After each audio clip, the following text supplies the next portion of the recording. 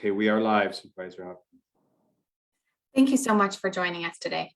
I'm Linda Hopkins, Supervisor for Sonoma County's 5th District, and this is our COVID-19 update for Wednesday, August 25th. Let's go ahead and begin with a brief message from Adriana Call for our Spanish-speaking viewers. Adriana? Thank you. Buenas tardes y bienvenidos a la sesión informativa organizada con la supervisora Hopkins y la doctora Mays.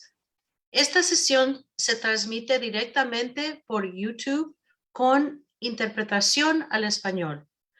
Para escuchar en español, use el enlace de YouTube que se encuentra en la página de Facebook del Condado de Sonoma. Gracias. Y ahora continuaremos con la supervisora Linda Hopkins. Thank you so much, Adriana. I really appreciate your assistance. So the big news of this week is that the U.S. Food and Drug Administration has now fully approved the Pfizer COVID vaccine. Having passed rigorous safety studies, the vaccine, which is the most commonly used vaccine here in Sonoma County, is no longer under an emergency use authorization. The approval basically means that the vaccine has been proven to be as safe and effective as any other vaccine that we routinely receive. And it is one more reason why those who have not yet been vaccinated should go out and get the shot. Here's another important reason to get vaccinated. The Centers for Disease Control and Prevention presented a study yesterday that showed that unvaccinated people are about 29 times more likely to be hospitalized with COVID than those who are fully vaccinated. Let me just say that one more time. Unvaccinated people are 29 times more likely to be hospitalized, full stop. That really demonstrates the significant risks that unvaccinated people are taking and not being vaccinated at this point, particularly given how aggressive the Delta variant is.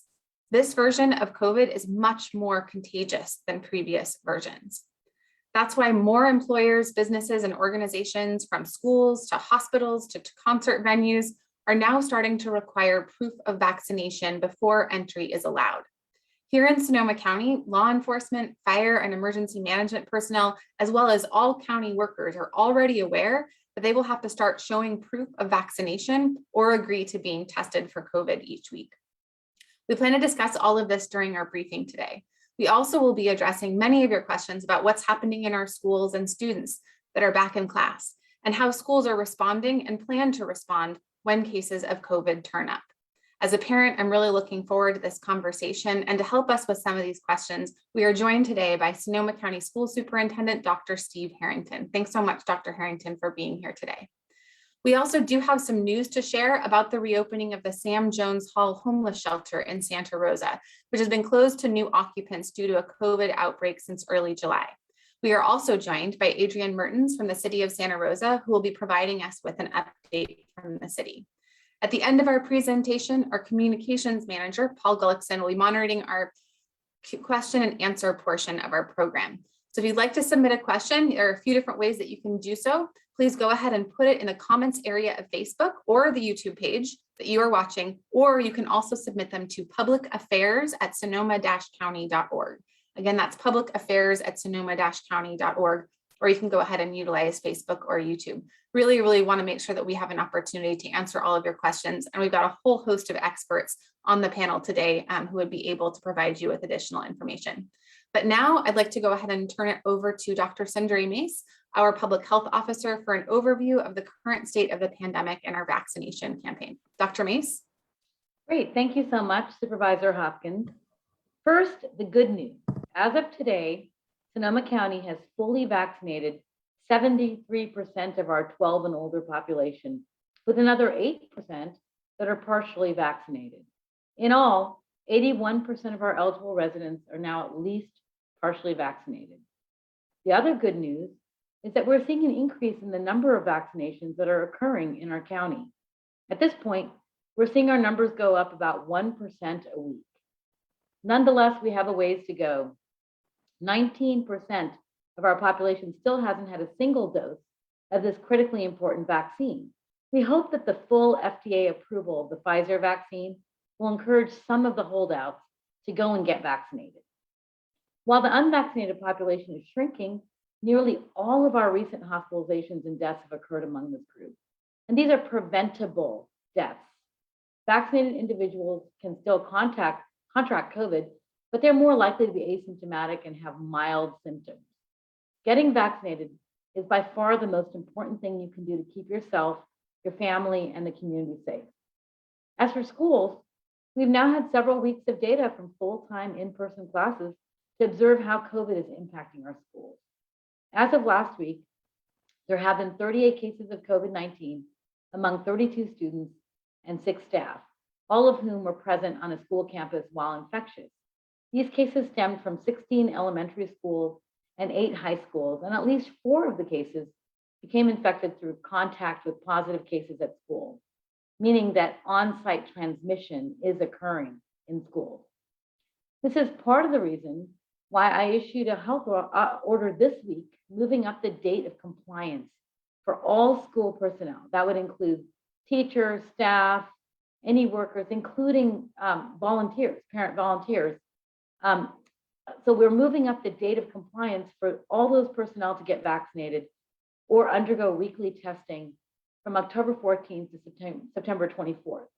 So just to clarify, it's a vaccine verification order, meaning that all staff at schools have to show that they have proof of vaccination. And if they don't have an ability to show that they got vaccinated, then they would undergo weekly testing.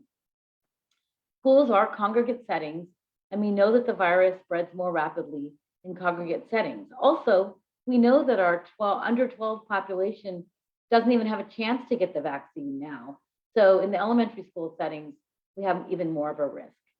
No one wants to go back to virtual learning. Zoom school was a necessary safety measure last year before the vaccine was widely available. Now that everyone 12 and older can easily access a vaccination, the safest way to offer in-person instruction is ensuring that all school personnel are vaccinated. I'm also strongly recommending that students and others wear their masks when outdoors, on playgrounds, and common areas where students congregate. This recommendation is made based on the high incidence of COVID in the community and the contagiousness or infectiousness of the Delta variant. Outdoor masking also minimizes the need for children to stay home from school if they're exposed to a sick student or teacher. If all parties are masked when an exposure takes place, then the exposed student may remain in school under a modified quarantine, as long as they do not show any symptoms and agree to twice weekly COVID-19 testing. I'm also recommending that all schools conduct weekly surveillance testing for all students, both vaccinated and unvaccinated. Unvaccinated school workers are required to be tested weekly by virtue of the health order, and testing is optional but advised for vaccinated staff. Surveillance testing helps catch cases early and can mitigate the spread of COVID-19 on school campuses. Schools can use federal and state COVID-19 funds to provide surveillance testing. They may use a private COVID-19 testing company or use the state of California's testing program for schools. Lastly, I'd like to address some of the confusion about booster shots. The FDA has authorized third doses of both the Pfizer or the Moderna coronavirus vaccines for certain immunocompromised people. These are both the mRNA vaccines that required 2 shots in the beginning. This is not technically a booster shot, since this group of people with certain medical conditions now require 3 doses to be considered fully vaccinated. The FDA has not yet authorized the third or the booster shots for the general population, but they could by the fall, giving fully vaccinated people a boost to their COVID immunity as more contagious variants circulate. If and when boosters are approved, they will likely be available at least 8 months after an individual's second dose. This means the majority of the population won't be eligible for booster shots until this winter. Still, we'll be ready to activate the vaccine clinics to administer booster shots once they become available. And these booster shots will also be available through our other healthcare providers, the hospitals and the clinic system. So I'm looking forward to answering your questions, but for now, I'm going to turn it back over to you, Supervisor Hopkins. Thank you so much, Dr. Mace. Now let's go ahead and get an update on the reopening of the Sam Jones Hall Homeless Shelter from Adrienne Mertens, the Santa Rosa Communications Officer. Adrienne? Thank you, Chair Hopkins. So the City of Santa Rosa does have news today about our Samuel L. Jones Hall homeless shelter. For those that aren't aware, this is a critical facility in Santa Rosa that provides emergency temporary sheltering to those in our community experiencing homelessness. And effective this Friday, August 27th, we will begin to accept new shelter residents back into the facility. The city, along with our current shelter operator, Catholic Charities, is relieved to finally be able to safely reopen following what has been an extremely difficult time for our community and especially our shelter residents and the staff who work at the facility. This facility was originally closed to new shelter intakes back on July 2nd following an outbreak of COVID-19. That outbreak involved the highly transmissible Delta variant strain, and in a matter of weeks infected 3/4 of the shelter population. The shelter will be opening on Friday after more than 2 consecutive weeks of all negative COVID-19 test results among current shelter residents. The city and Catholic Charities, taking guidance from the Sonoma County Department of Health Services, has established a reopening plan to protect our residents and shelter staff from future potential COVID transmission at the shelter. Many COVID protocols that were in place prior to the outbreak will continue, such as masking, social distancing, and the encouragement of vaccinations amongst our shelter residents. But there's also some enhanced measures being integrated into those plans. And those measures are being introduced based on the lessons that we learned from the recent outbreak and what we've learned recently about the Delta variant in working with our public health officials. So first, we will be reducing our overall campus shelter capacity at Sam Jones from 213 beds to 126 beds. This reduction will help the facility to better achieve even greater social distancing within the congregate setting. Shelter staff will also bolster our health surveying procedures for all new residents entering the facility during a special shelter intake process. And that process will include a temperature and symptom checks, surveying to identify potential factors that place an individual at high risk of COVID-19 complications. And also rapid antigen testing will also now be offered upon shelter entry. And this step will allow our shelter staff to identify potential positive cases and to ensure individuals who test positive are able to receive the appropriate level of care immediately. And in addition to these intake procedures, we will twice a month and ongoing provide COVID testing for all of the shelter residents. A new isolation waiting area will also be established in the annex facility on the shelter campus. This area will be separated from the general shelter population, and residents who test positive or are asymptomatic or have been exposed to COVID will stay in this area briefly while awaiting their transfer to a medical provider or an alternative care site. And one final critical component of the reopening plan that I want to be sure to mention is the continued operation of an alternate care site within Sonoma County. The alternate care site is very important to mitigating transmission because it provides an established place where shelter residents who have or may have COVID-19 can be transferred quickly for medical care, isolation, and quarantining away from the general shelter population. As we learned during the outbreak, the congregate setting of Sam Jones Hall cannot effectively serve as an isolation area for any extended time frame. And so the County of Sonoma currently has an alternate care site located at the Best Western Dry Creek Inn in Healdsburg. And we are very grateful that the county is committed to keeping this site open through at least September 30th. In closing, on behalf of the city and Catholic Charities, I would like to extend our sincere appreciation and thanks to St. Joseph's Mobile Health Team and also to the staff at the Sonoma County Department of Health Services for all of their support over the last several weeks in responding to the outbreak, helping with recovery, and assisting and guiding us in preparations for reopening. If there are any questions at the end of all of the presentations, we do have Kelly Kuykendall, our Homeless Services Manager from the City of Santa Rosa, along with Jenny Lynn Holmes, our Chief Program Officer for Catholic Charities, who is our shelter operator, and they'll be available on this briefing for questions as well. And thank you, and I'll turn it back over to you, Chair Hopkins. Thank you so much, Adrian, and thank you to all of the City of Santa Rosa staff who've been working so hard to ensure that the shelter could reopen and reopen safely. You provide an absolutely critical service to our unsheltered residents, and just really grateful for the wonderful work. I know it's been a tough few months. Well, it's been a tough few years, it feels like, in Sonoma County. But on that, we also have some hopeful news with respect to schools and children going back to school. So I'm going to go ahead and turn it over to Dr. Harrington to provide us an update from the Sonoma County Office of Education. Dr. Harrington? Thank you, Linda. Yes, I'm going to share a few slides to talk about some things for school opening. This year is a little bit different than last year because we didn't have the vaccine. And when we finally did open schools in March, it was a very modified, or what we call a hybrid school model.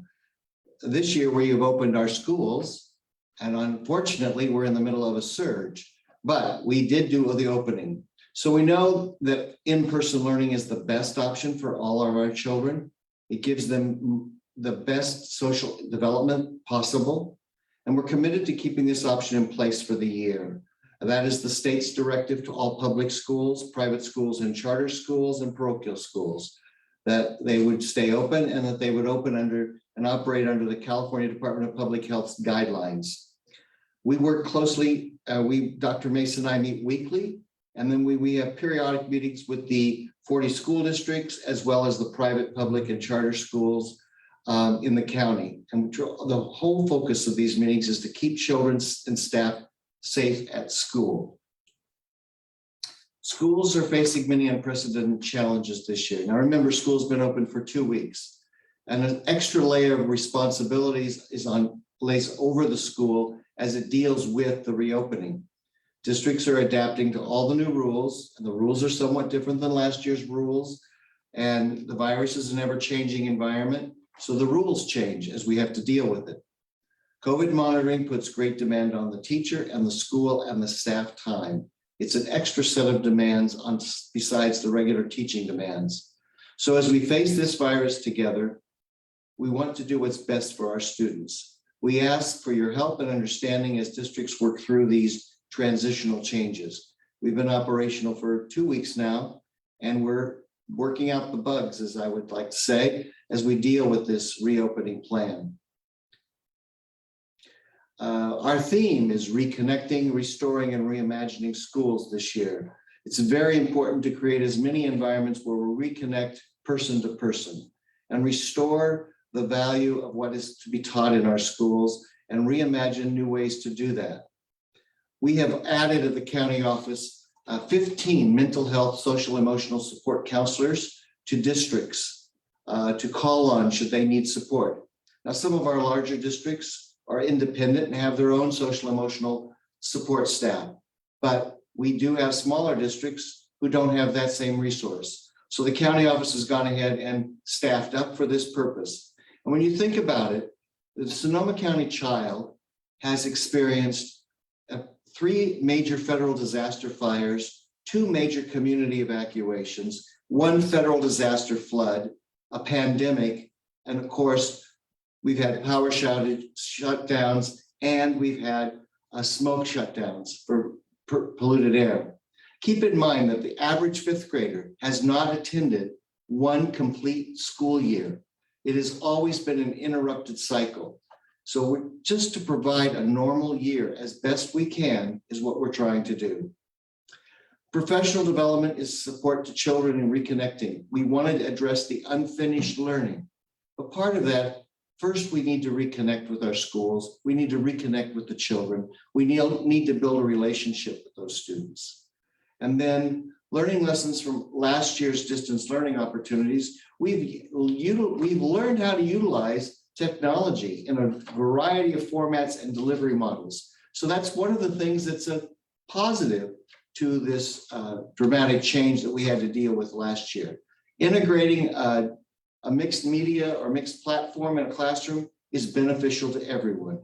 So those are some things about reimagining school. It's going to look a little different, and it's going to be a little challenging at first as we get all the bugs worked out, as I say.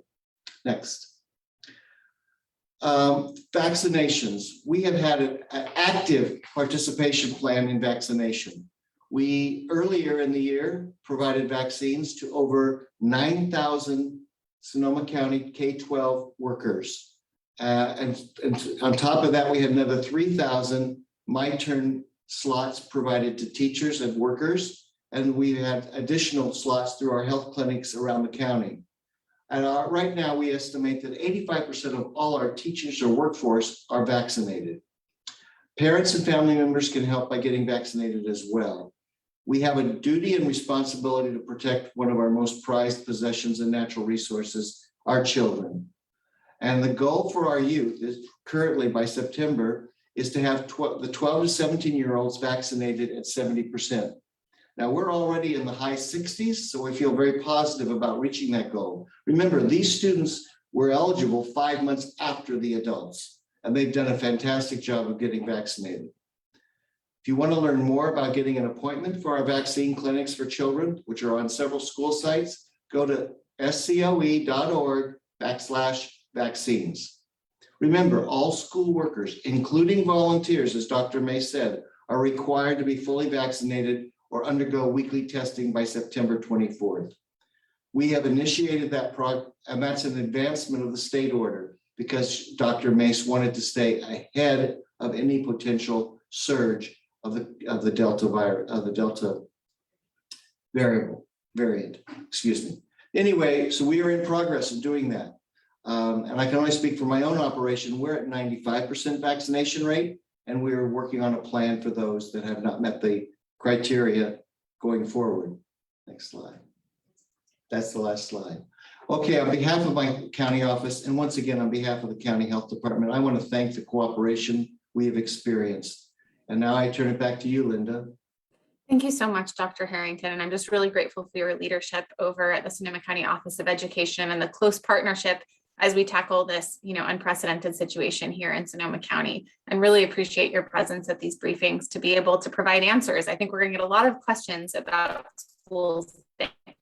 Before we get to the questions and answers, I'm going to hand it over to our epidemiology team, who's going to share some slides with some additional data about how we're tracking right now in the county with respect to COVID-19.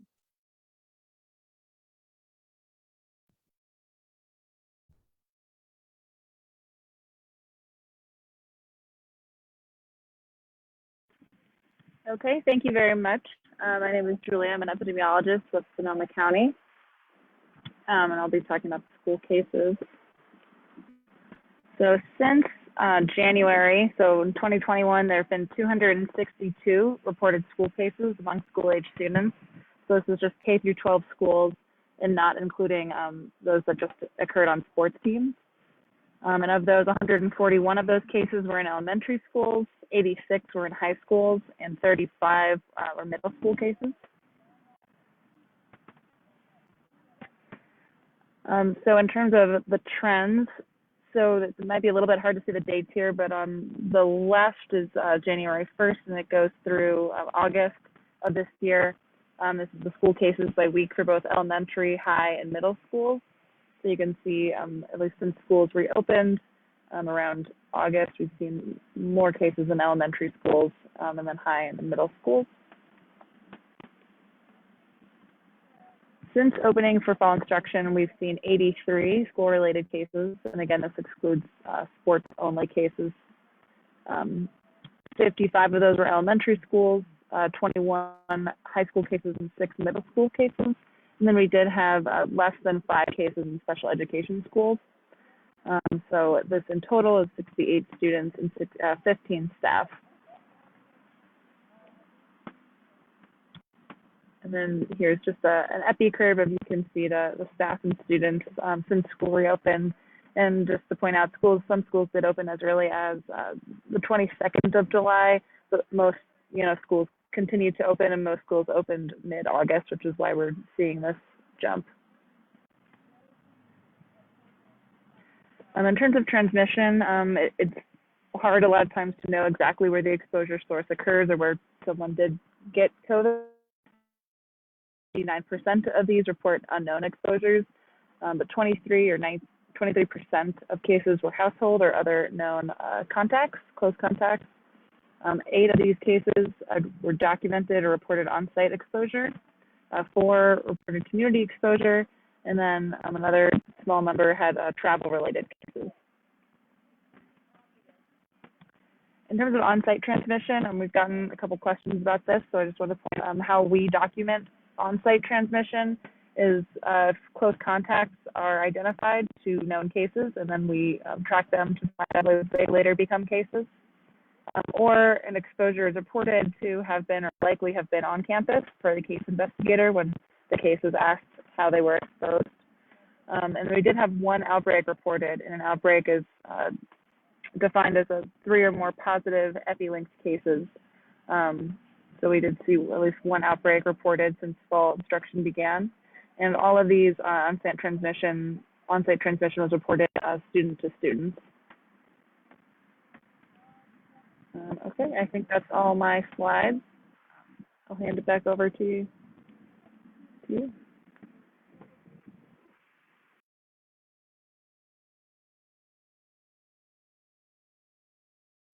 Okay, well, thank you very much. Thank you all for this important discussion. I'm Paul Gullickson, Communications Manager for the County of Sonoma, and we will now go to questions from the public and our media partners for our panelists. This is just a reminder that if you have a question, please feel free to post it in the comments area of the Facebook page or YouTube page in which you're watching this stream presentation. I also will be joined by Jamie Hansen, Director of Communications for the Sonoma County Office of Education, who will be sharing some of the questions that her office has received as well. But first, I'd like to start with a question. I think I'll direct this to Dr. Mace. This one concerns vaccines itself. A basic question: why did the county move up the deadline for school staff to be vaccinated? And are schools are going to be ready for that deadline? I think Thanks, September 24th. Go ahead. Yeah, thank you for that question. We have weekly meetings with Dr. Harrington and his staff. And I think Sonoma County is kind of way ahead in preparing our schools for getting ready for this vaccine verification order. And we wanted to ensure that we have the safest schools since they're already reopened, and decided that in conjunction with all of our superintendents, that it seemed appropriate to move that date up by 3 weeks so that we can be ahead of the game in trying to ensure that as many staff members as possible are vaccinated or getting tested weekly.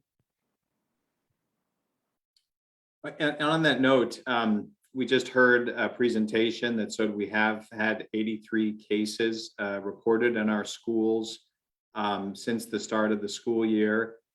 Are you concerned about that, Dr. Mace, in this trend? And you know, what the other question is what can families do to protect themselves and their children?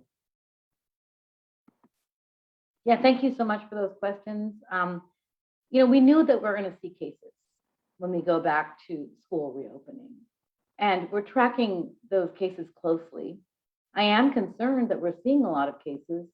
Again, I want to reassure parents, however, that there are many mitigation factors that have been put in place to try to minimize spread of COVID in schools. The indoor masking mandate from the state of California was the first and most important one, because we know masks are really effective in preventing transmission of COVID from one person to another. That is why I've put out a really high recommendation for outdoor masking as well, especially when kids cannot socially distance, and with our younger kids who aren't vaccinated. So I would advise parents to get your kids used to wearing the mask, both indoors and outdoors while at school. Further, the testing of the unvaccinated staff and putting that into effect earlier by September 24th is going to allow us to ensure that we're picking up cases that are occurring amongst the staff early, so we can get those people isolated appropriately and perform the contact tracing necessary to, again, protect our kids. So the other things that we're doing is we've put in a high recommendation that schools do weekly testing of students for the exact same reason. And since we're not verifying vaccine status with students, we're asking schools to test all students, vaccinated and unvaccinated, weekly to, again, find anybody who's a case, because there are asymptomatic cases, especially in the younger age groups, and get them isolated and out of the way so they don't transmit COVID. And lastly, a youth sports guidance will be coming out, but one of the recommendations we've already put out is to avoid overnight field trips. Again, that's another area where we might see a lot of transmission of COVID. So we're working very closely with Dr. Harrington and his group here at the county to put in all the mitigation measures to try to make our schools safe and get the kids to continue with the in-person learning. Thank you, Dr. Mace. I also would just add that keeping this in context of the 83 cases we have, that's in a population. We have 66,000 students in our public schools, just our public schools in Sonoma County, and another 8,000 staff. So that's 68 out of 75,000 people. That's a very small percentage, I might add. So anyway, just to keep that in context. One more question for you, Dr. Mace, and then we're going to go to Superintendent Harrington. Bobby on our Facebook asks about will the county be offering booster shots? And another question we're receiving is, will there be an adequate supply of booster shots? What do you think? Yeah, I don't think we're going to see vaccine shortages. There is plenty of vaccine to go around. So I wouldn't be too concerned about that. As far as the booster shots, they've only now been recommended for people with significant underlying medical conditions. And they're very specific, people who are getting chemotherapy for cancer, or people who are on immunosuppressive agents for different things, like organ transplant or who've had a bone marrow transplant. So those folks can get a booster shot through their doctor at this time. And at the county, we will be helping with booster shots once they're extended to other groups. But primarily, people will be getting their booster shots through their own healthcare providers. We are working very closely with our healthcare partners to ensure that we'll be able to get booster shots out when they're available. Now, this will not be an urgency like the first and second shots were for everybody, because people have a good amount of immunity. This is just to boost immunity. So hopefully we'll be able to get booster shots out to everybody as FDA approves them for everybody. Okay, great. Thank you. This question is for Superintendent Harrington. And then I'm going to go to Adrian Mertens, my colleague, who has some other questions to pose concerning education. But let's start with this one. Dr. Harrington, what is, if there is an outbreak on a campus and a school campus, would a school close? And what is the threshold for that to happen? There's a lot of people who aren't clear what will trigger that.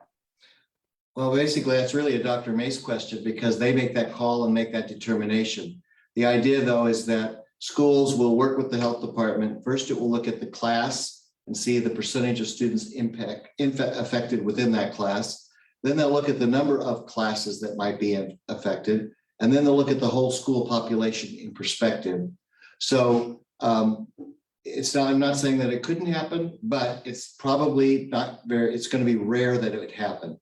You might have a class close because many of our schools are choosing to use full quarantining practices because of the staff they're short on doing all the notification requirements and the testing requirements. But many of them are doing the modified quarantine practices as well. I will say for the parents that they need to know that the California Department of Public Health is utilizing the Office of Emergency Services, and they will be distributing the testing kits to the County Office of Education, who in turn will distribute it to those districts that have ordered them. Many have already done their own direct ordering. So there are testing kits on some school sites, but not all. And that sort of has slowed the process down because many parents have had to find venues by which to get their kids tested. But pretty soon that will be on every site.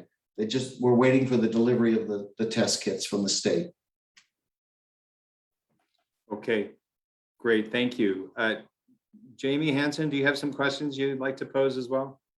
Hi, yes, I'd be glad to. Thank you, Paul. And I want to thank Dr. Harrington for answering that question about testing and how schools and families can more easily get rapid results. There were a lot of questions that we've seen about this. We know that in the first 2 weeks of school being in session, the practices that were recommended had to get worked out, and we're hoping that these tests from the state will really help speed things up. So one question we've gotten is about how COVID-19 and wildfire and smoke concerns affect each other. And Dr. Harrington, would you be able to talk about what our guidance has been to schools as far as ventilation, both for COVID and in an air quality situation? Yes, Dr. Mason and I met, maybe 3 weeks ago with the Air Quality Control Board representatives and their licensed pediatrician to set the standards for air quality as it relates to fire, as it relates to COVID. And that's posted on our website, what the air quality standards are for when schools should consider to be closed. Now, what many parents may not know is that many of our schools got air circulation devices put in their classrooms. They were provided by the federal government, federal relief. We have many of those in every classroom, and they are basically, they're designed to address COVID, but they're also the same content. They're designed to address smoke. So every school in the state or in Sonoma County has had access to these, and many have exercised the option of securing them. I also would like to acknowledge the Great Rancheria, because the Great Rancheria gave over $1 million toward this effort on top of what the federal government gave us, so that all schools could have additional air filtration systems. So we have a built-in system of support, because having students in school might be even better than having them in their home, because not all homes are air conditioned. And so that's important. And they may not have the same quality of air filtration. Schools are built because children, as I said earlier, are a protected class. Schools are built to a higher standard than the normal home or the normal building that you would walk in at a grocery store. Thank you. And I will ask one more question that we got over email from Kara earlier today. And she was wondering, what should families expect as far as notification when there's a case on campus? Should they expect a notification even if their child wasn't in the classroom? What should be the expectations about how long that notification takes and that kind of thing? And I think, Dr. Harrington, maybe you could start us off and then we could pass it off to some members. Well, I was going to ask Jenny. Jenny might know more than I on that situation, but I will tell you, schools do have COVID coordinators. Every school has a COVID safety plan. They should have it posted on their website so parents could check their local school's website. But basically, there is a notification process that goes to the general population of the affected classroom. And then if your children are within 6 feet of the infected student, there's a second type of notice that goes out. But Jenny, I'll let you expand on that.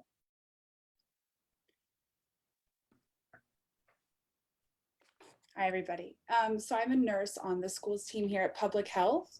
And when we have an exposure in a classroom, Dr. H was pretty spot on that. So we'll have one letter that goes out to those individuals who were in close contact with the case, with the infected individual. Those people will need to quarantine, whether they're doing a modified quarantine or an at-home quarantine, depending on the nature of the exposure.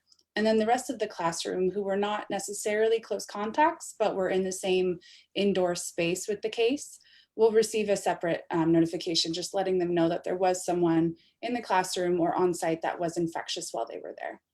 Jenny, could you address the double masking? If the student is masked and the other students in the class are masked, they do this under the modified quarantine, they get the right to come back into class and they don't lose any instruction. Is that correct? Exactly. So if the exposure occurred and both individuals were masked, so the person who's positive and the contact contact or the close contact, then the close contact can continue coming to school. They should quarantine outside of school, so they can't go to sports practice, they can't go to community events, but they can still return to school for in-person instruction. They just have to test 2 times weekly and remain masked while they're indoors and outdoors.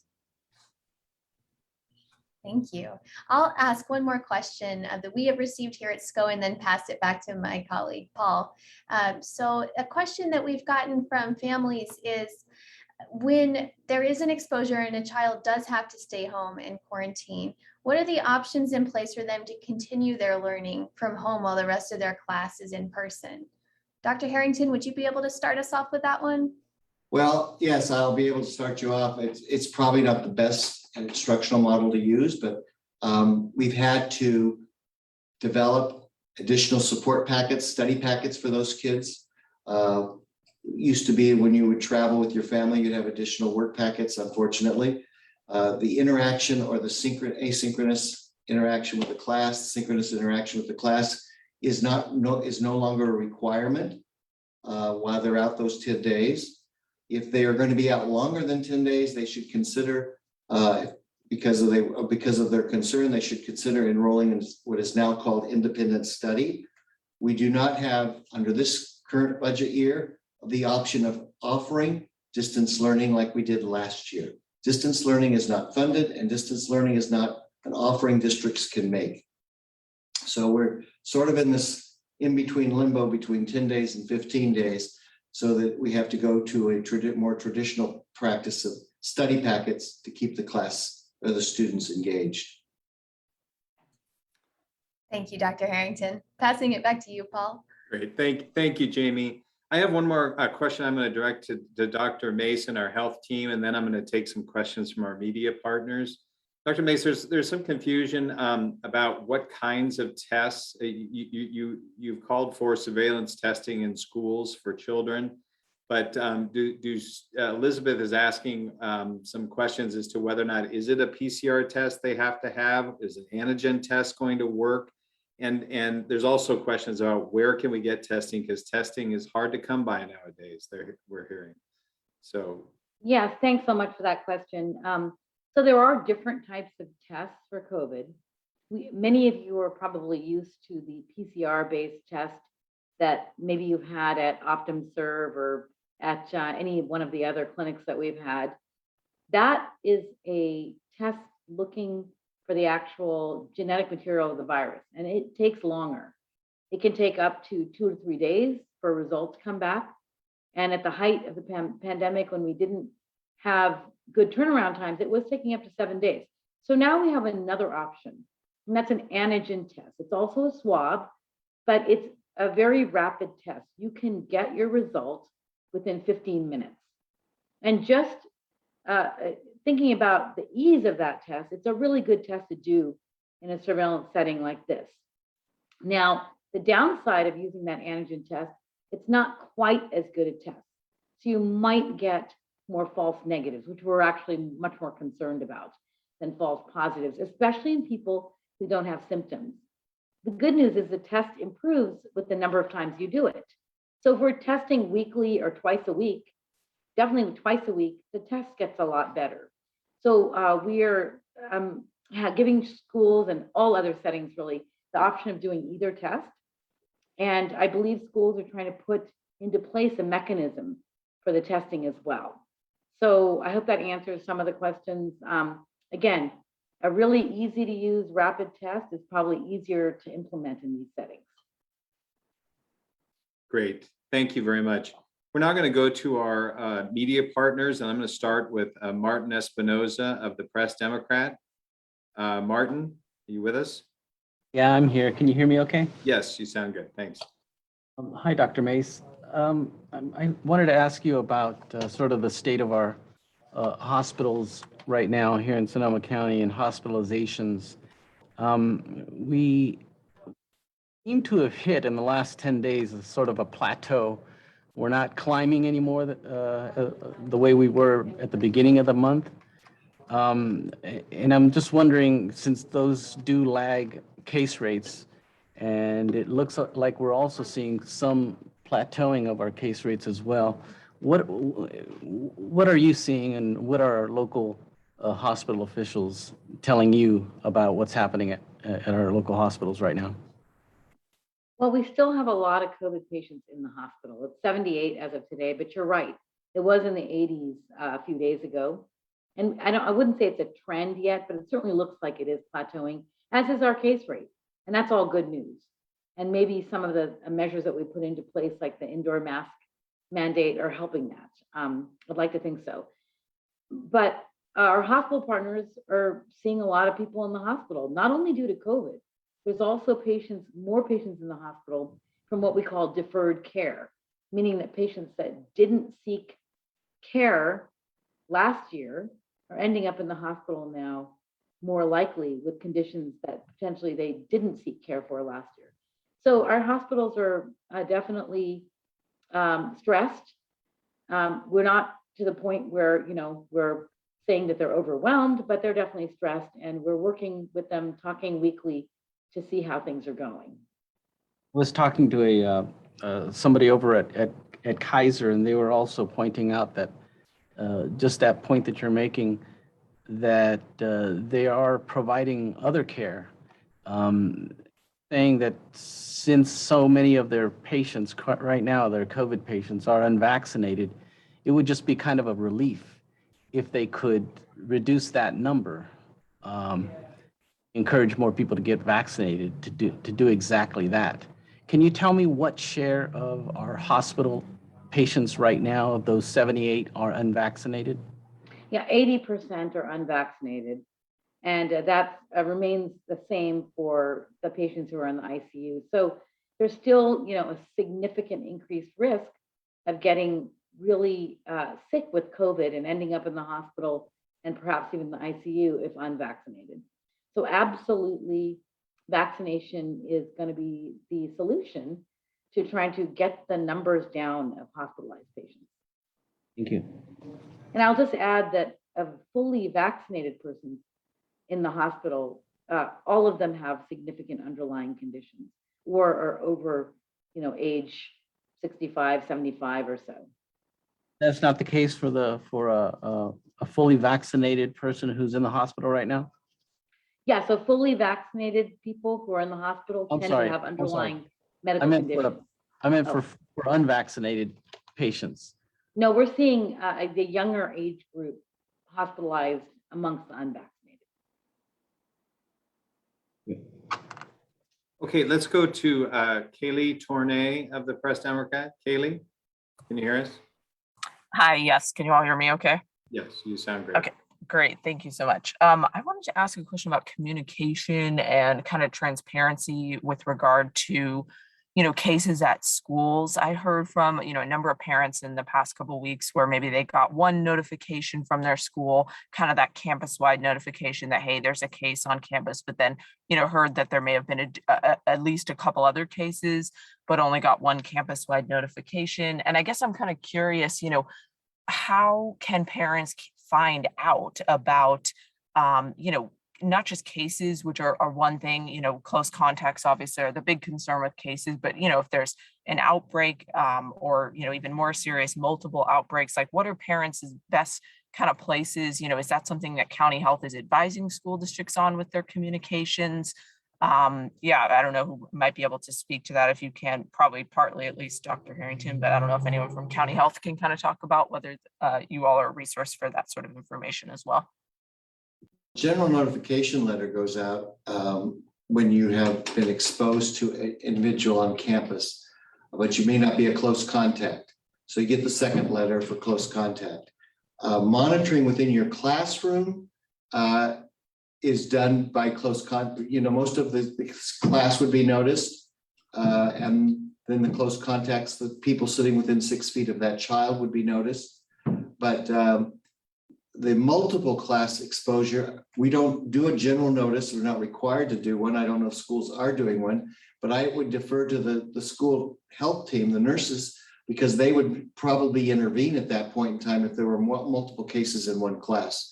Once again, I would defer to one of the nurses, Jenny or Paloma, or any one of them that would wish to talk to that. Hi again. So if we do have the instance of an outbreak in a classroom, we may not send out like a general notification to the entire community, but possibly to the school to let them know. In general, historically, since the spring when more schools were opening up, we haven't had a lot of true outbreaks in schools, sometimes in home daycares or those sort of settings, but in K-12 settings, that has been fairly rare. And it's also been fairly rare that we've ever had multiple outbreaks on one campus going on simultaneously. Moving towards later on this year, we may start to see something like that. So this is sort of new territory with so many schools being open. And we're definitely open to recommendations as far as how to put those public notifications out there. Cool. Thank you so much. I guess one follow-up would be if there's an instance where there are kind of repeated, exposures or spread or outbreaks on a campus, is there a point at which county health would be able to or would step in to, I don't know, like either, advise or close a campus, even if it's not like multiple simultaneous kind of outbreaks, but maybe, is the school having problems with preventing it coming up over and over?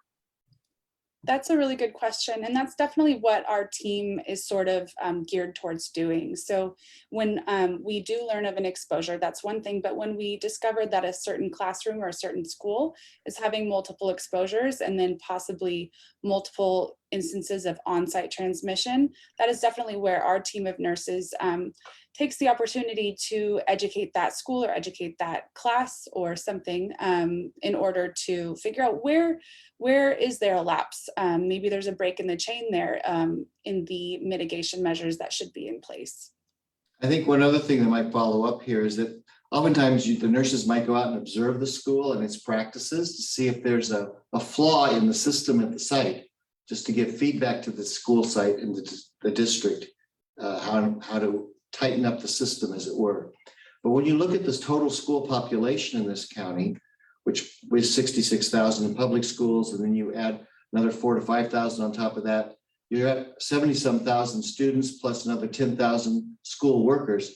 The percentage of the cases and school exposures are within the practice of the federal standards of school exposures right now. I think we're probably below the standard right now, what you would see in a school setting. So yes, we are having to deal with COVID. Yes, we are having to deal with the variant, but in percentage of practice, I think you'd find it well within the benchmark. I would defer to Jenny. Am I right on that? Yeah, I would agree. Great, thank you. Okay, thank you, Kaylee. We have a question from Aiden Vaziri from the San Francisco Chronicle, who asks, is in-school transmission happening in classrooms, such as during extracurricular activities or from adults to children? And I guess for Dr. Mace, do you feel the 6 feet at 15 minutes close contact rule is outdated with this aggressive Delta variant? Well, to start off with the second question, I think it's hard to know. We are learning more about the Delta variant as we get more and more cases. And it's very possible that 6 feet isn't necessarily protective. We did see from some of the outbreaks that have occurred that people have gotten infected that are further than 6 feet away, especially when unmasked. That's one of the key things, unmasked. But as far as 15 minutes, again, I'm not sure that we have enough data right now to reassess and redefine those parameters.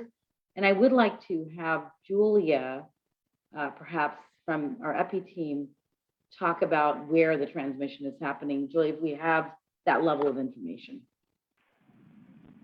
Yeah, so the transmission that we have seen, those 8 cases,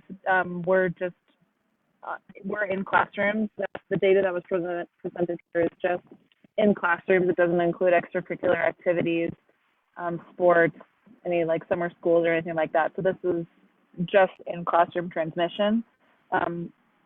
There have been other cases that were specifically due to sports teams and sports practices, but that's separate from the data presented here. I hope that answers your question.